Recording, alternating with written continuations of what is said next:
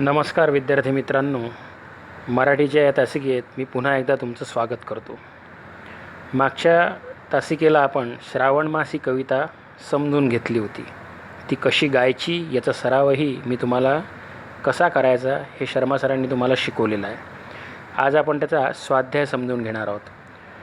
स्वाध्याय तसं पाहिलं तर अत्यंत सोपा आहे.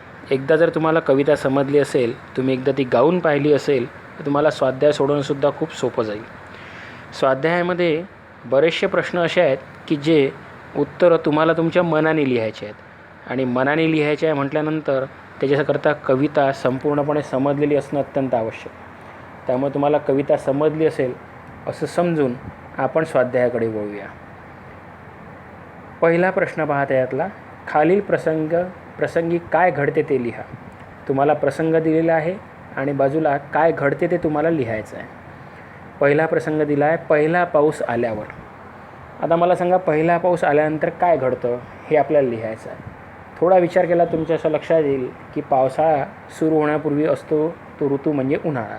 म्हणजे सगळीकडे गरमी, उष्णता आणि त्यांनी आपण त्रासून गेलेलो असतो. त्यामुळे पहिला पाऊस आल्यावर काय घडतं ते लिहायचं असेल तर आपण म्हणू शकतो की उन्हाळ्यामुळे, कडक उन्हामुळे वातावरण तापलेलं असतं.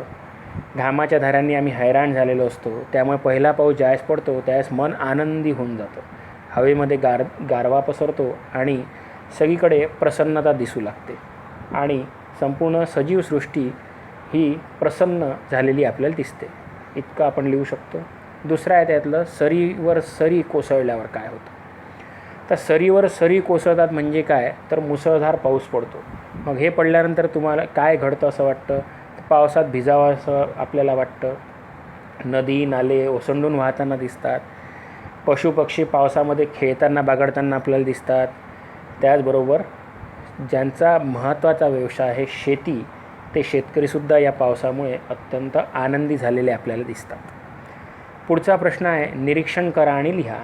आता या निरीक्षण करा आणि लिहा याच्यामध्ये प्रश्न तुम्हाला जो दिलेला आहे तो विचारला आहे की श्रावण महिन्यात तुम्ही पाहिलेले आकाशातील विशेष बदल कोणते. जवळपास 5 बदल लिहिणं अपेक्षित आहे तुम्हाला.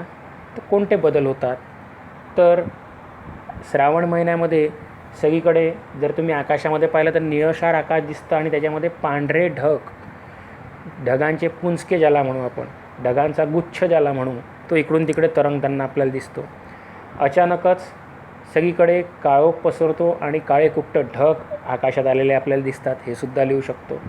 थोड्याच वेळात पावसाच्या सरी कोसळायला लागतात. हे सुद्धा आपण लिहू शकतो. अचानकच पावसाच्या सरी दूर होऊन, ढग बाजूला होऊन, ऊन, सूर्यप्रकाश सगळीकडे पसरलेला आपल्याला दिसतो. हा आकाशातील बदल आपण लिहू शकतो. म्हणजेच काय, तर क्षणात ऊन आणि क्षणात पाऊस हे बदल हे श्रावण महिन्याचं वैशिष्ट्य आहे. असे आपण हे विशेष बदल लिहू शकतो. पुढचा प्रश्न आहे, खालील तक्ता पूर्ण करा. आता या तक्त्यामध्ये तुम्हाला कवितेत आलेल्या प्राण्यांची नावं लिहायची आहेत. कवितेत आलेली यांची नावं, कोणत्या प्राण्यांची नावं आलेली आहेत ते लिहायचं आहे, कोणत्या पक्ष्यांची नावं आलेली आहेत ते लिहायचं आहेत, कोणत्या फुलांची नावं आले ते लिहायचं आहे. याचं उत्तर मी तुम्हाला सांगणार नाही, कारण की ते कवितेतून शोधून तुम्हाला लिहायचं आहे. त्यामुळे तुम्ही ते निश्चितच करू शकता असं मला वाटतं.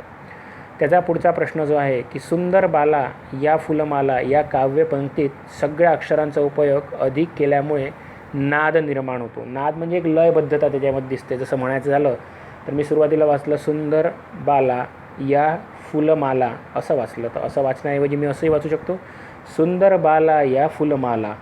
तर अशा हा जो नाद निर्माण होतो, ही जी एक लय निर्माण होते, अशा कवितेतल्या ओळी तुम्हाला शोधायच्या आहेत. तर मी 2 उदाहरणं तुम्हाला देतो, उरलेले तुम्ही शोधायचे आहेत. जसं श्रावण मासी हर्ष मानसी हे एक आहे, तरू शिखरावर उंच घरांवर हे आपण सांगू शकतो. त्याचा पुढचा प्रश्न आहे, कवितेतील खालील अर्थाच्या ओळी लिहा.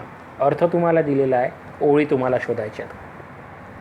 क्षणात पाऊस पडतो तर क्षणात ऊन पडते. आता याची ओळ कोणती आली असेल ते पहा.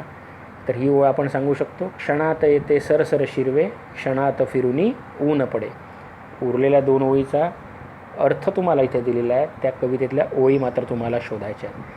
पुढचा जो प्रश्न तो थोडासा बदललेला आहे. त्यांनी बदल असा केलेला आहे त्या प्रश्नामध्ये की तुम्हाला आता ओळी दिलेल्या आहेत, त्याचा अर्थ तुमच्या भाषेमध्ये लिहायचा आहे, तुमच्या शब्दामध्ये लिहायचा आहे. आता याच्यातला अर्थ मुख्य आशय हा सगळ्यांचा सारखा असू शकतो, फक्त शब्दरचना ही प्रत्येकाची वेगवेगळी येऊ शकते. तर काही हरकत नाही, तुम्ही वेगवेगळे शब्दरचनेने लिहू शकता, परंतु आशय मात्र बदलता कामा नये. ठीक आहे मित्रांनो. आता हे झालं प्रश्न. आता थोडंसं एक गमतीदार भाग याच्यामधला म्हणजे खेळूया शब्दांशी. अत्यंत सुंदर गोष्ट आहे. खेळूया शब्दांशी म्हणजे शब्दांशी आपली एवढी ओळख झाली पाहिजे की आपल्याला एका शब्दाचे अनेक शब्द सहज आपल्याला सांगता आले पाहिजे. तर त्याचे समानार्थी इथे शब्द शोधायचे आहेत. जसा पहिला शब्द आहे बासरी. बासरीला समानार्थी शब्द आपण सांगू शकतो पावा. त्याच्यानंतर आहे स्त्रिया, तर याला आपण म्हणू शकतो ललना. कारण की हे सगळे कोणते शोधायचे आहेत शब्द? मनाने नाही लिहायचे आहेत, हे कवितेत आलेले लिहायचे आहेत. त्याच्यानंतर आहे आकाश. आकाशासाठी आलेला शब्द आहे नभ. मग आहे मेघ, याला आपण म्हणू शकतो जलद. गुराखी, गोप, पृथ्वी, अवनी, वृक्ष, तरु, मुख, वदन आणि राग म्हणजेच रोष. तर मित्रांनो, अशा प्रकारे हा आपला एक प्रश्न क्रमांक 6पर्यंतचे प्रश्न आपण पाहिले आणि आता खेळूया शब्दाशी मधलं हा एक भागसुद्धा आपण पाहिला. सर्वात खाली तुम्हाला एक उपक्रम दिलेला आहे. बालकवी यांच्या आणखी निसर्ग कविता तुम्हाला मिळवायच्या आहेत आणि तुम्हाला आवडलेली कविता तालासुरात म्हणता येईल अशी प्रॅक्टिस, असा सराव तुम्हाला करायचा आहे. ज्यावेळेस केव्हा आपली शाळा सुरू होईल त्यावेळेस आपण याची एक ज्याला म्हणता येईल की एक आनंदमय स्पर्धा न म्हणता एक प्रस्तुती आपण सर्व विद्यार्थ्यांची घेऊ. तर हे सुद्धा तुम्हाला करायचं आहे. तर आता भरपूर वेळ आहे तुमच्याजवळ, तुम्ही एखादी कविता शोधून त्याचा सराव निश्चित करू शकता. तर या पानावर तुम्हाला दिसतं आहे खेळ खेळूया. हा खेळ खेळूया म्हणजे काय? भाषा ही अत्यंत चांगल्या पद्धतीने जर शिकायची असेल तर केवळ पुस्तकी ज्ञानावर नाही तर शब्दांशी खेळता आलं पाहिजे. समाजातून ती शिकू शकतो, हे मी तुम्हाला वारंवार सांगत आलो. तर आता आपण इथे पाहणार आहोत की तुम्हाला एक समानार्थी शब्दांचा जिना दिलेला आहे. दिलेल्या चौकटीत आडवे उभे शब्द भरायचे आहेत आणि त्या पायऱ्या उतरून खाली जायच्या आहेत. तर दुसऱ्या जिन्याच्या पायऱ्या तुम्हाला उतरायच्या आहेत. पहिल्या जिन्याच्या तुम्हाला उतरून दाखवलेल्या आहेत, दुसऱ्याच्या उतरायच्या आहेत. पहिलं उदाहरण तुमच्यासमोरच आहे, ते एकदा वाचायचं. आपण जे प्रत्यक्ष आपल्याला सोडवायचं त्याच्याकडे जो पुढारी. आता पुढारी हा पहिला शब्द आहे. आता याला 2 अक्षरी शब्द कोणता असेल ते पाहायचं आहे. तर पुढारी याच्यात आपण 2 अक्षरी शब्द आपल्याला सापडू शकतो, तो म्हणजे नेता. आता नेता म्हटल्यानंतर दुसरा शब्द येतो आपली दिनांक. मग दिनांक असा शब्द, त्याचा समानार्थी शब्दसुद्धा आहे, त्याची सुरुवात तापासून होईल. तर कोणता शब्द असेल सांगा? अगदी बरोबर, तापासून सुरू होणारा दिनांकासाठी असलेला समानार्थी शब्द म्हणजे तारीख. Very good. पक्षी.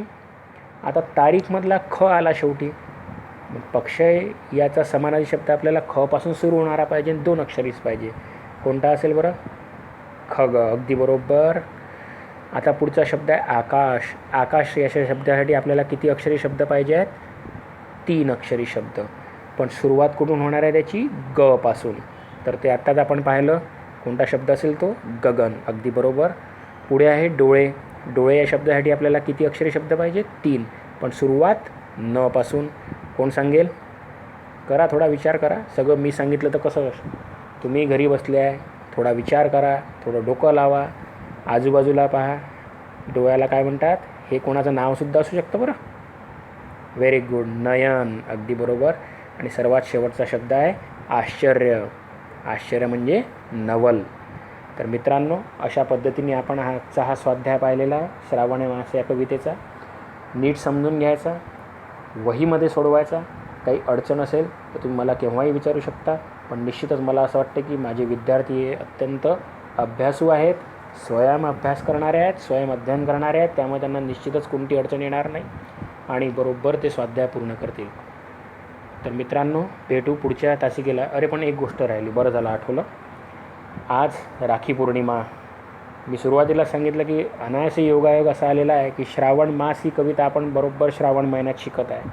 सण उत्सवांचा महिना आणि त्यातला पहिला सण म्हणजेच राखी पौर्णिमा. तर सर्व मित्रांना, माझ्या विद्यार्थी मित्रांना आणि त्यांच्या संपूर्ण परिवाराला माझ्याकडनं रक्षाबंधनाच्या, नारळी पौर्णिमेच्या अनेकानेक हार्दिक शुभेच्छा.